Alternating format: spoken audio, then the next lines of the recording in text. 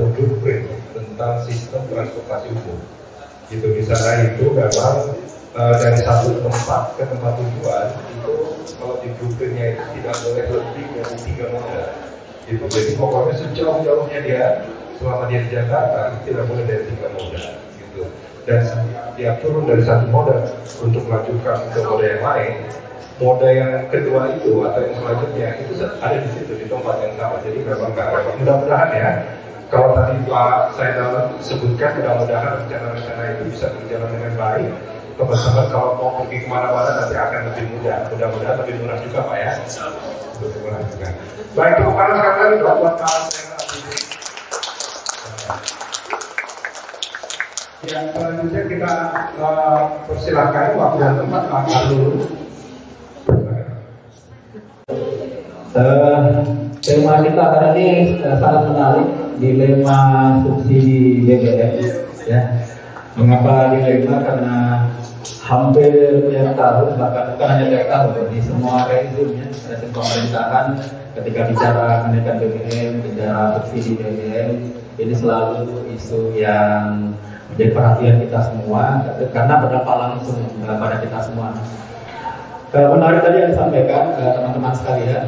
Dulu memang kita selalu beranggapan bahwa kita kaya raya itu salah satunya itu kaya minyak ya, kaya minyak dan gas. Nah saya cek tadi data dari SKK Migas, ternyata dari cadangan minyak dunia yang terbukti itu ternyata cadangan kita hanya 0,2% ternyata.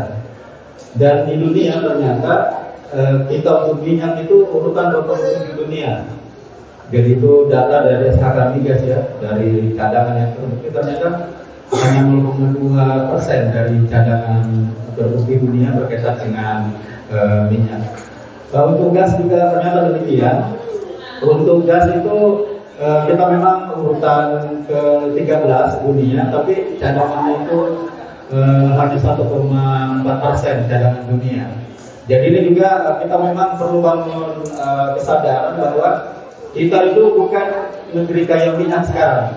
Jadi kita ini net importer. Jadi itu yang harus kita pahami betul.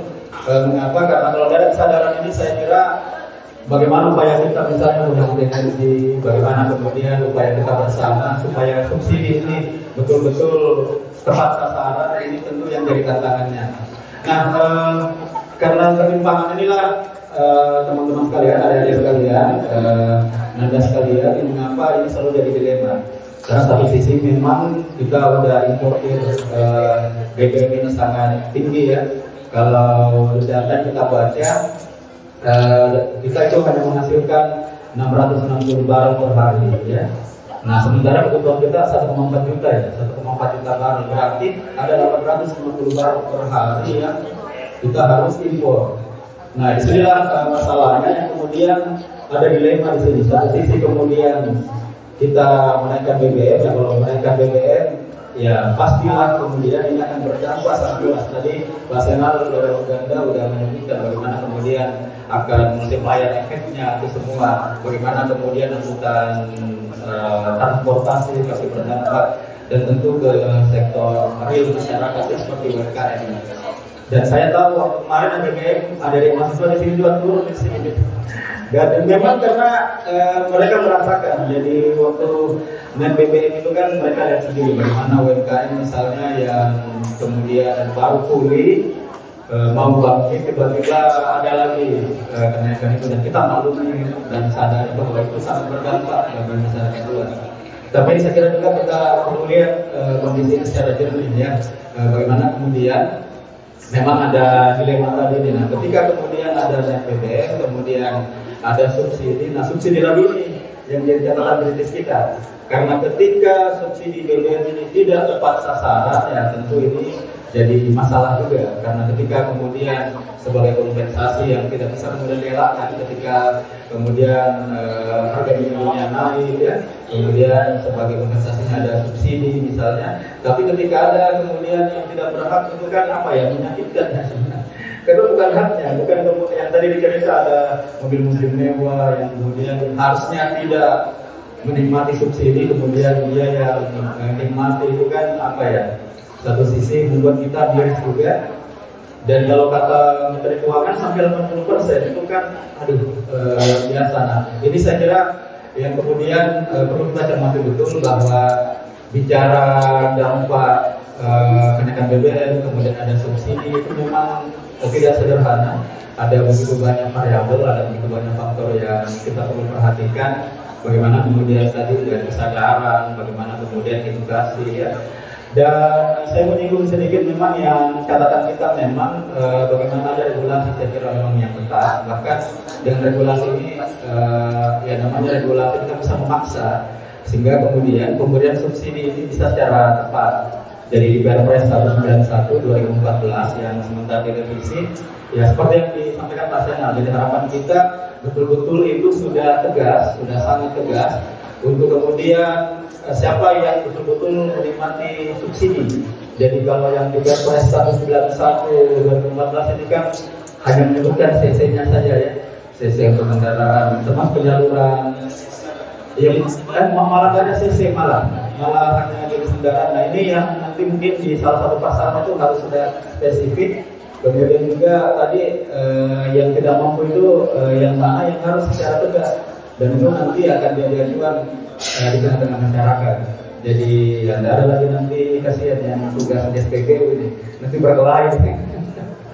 Ya itu satu sisi. Dan kemudian ini juga penting, mengapa penting juga ada tadi main Pertamina ya, kemudian pakai QR code, karena memang nanti ini kan untuk subsidi ini harus juga secara tertutup, artinya data itu harus kuat. Nah ini barangkali perlu perhatikan juga mungkin untuk Pertamina ya, literasi digitalnya.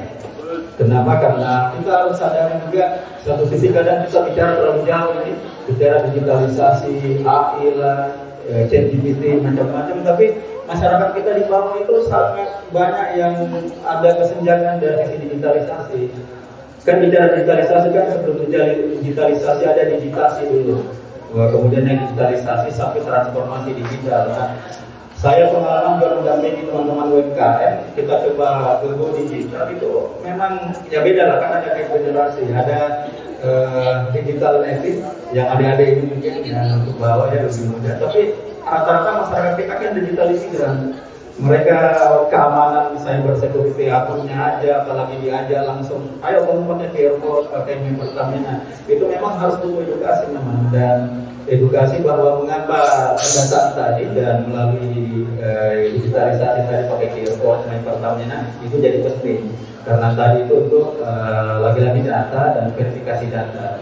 Jadi saya kira ini sangat penting supaya aware kita lebih sadar bahwa tidak sesederhana untuk kita melihat permasalahan satu sisi. Jadi ada banyak tadi, bagaimana kesadaran, bagaimana dari sisi perusahaan, akuntan, bagaimana dari sisi literasi digitalnya. Termasuk juga saya mungkin menekankan yang penting ini kalau kita yang hadir di sini saja punya kesadaran bahwa kita ini bukan lagi negara kaya minyak, kita sadar menggunakan energi yang sederhana saja.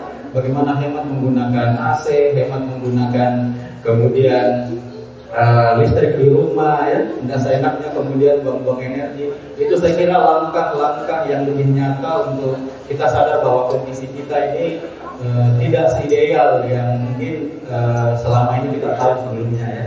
Mungkin itu dulu Kak Budi untuk mengantar, nanti ditanya jawab kita lebih dalam. Wassalamualaikum warahmatullahi wabarakatuh. Kalau saya lupakan sama Pertamina ya, apa namanya, nanti akan ada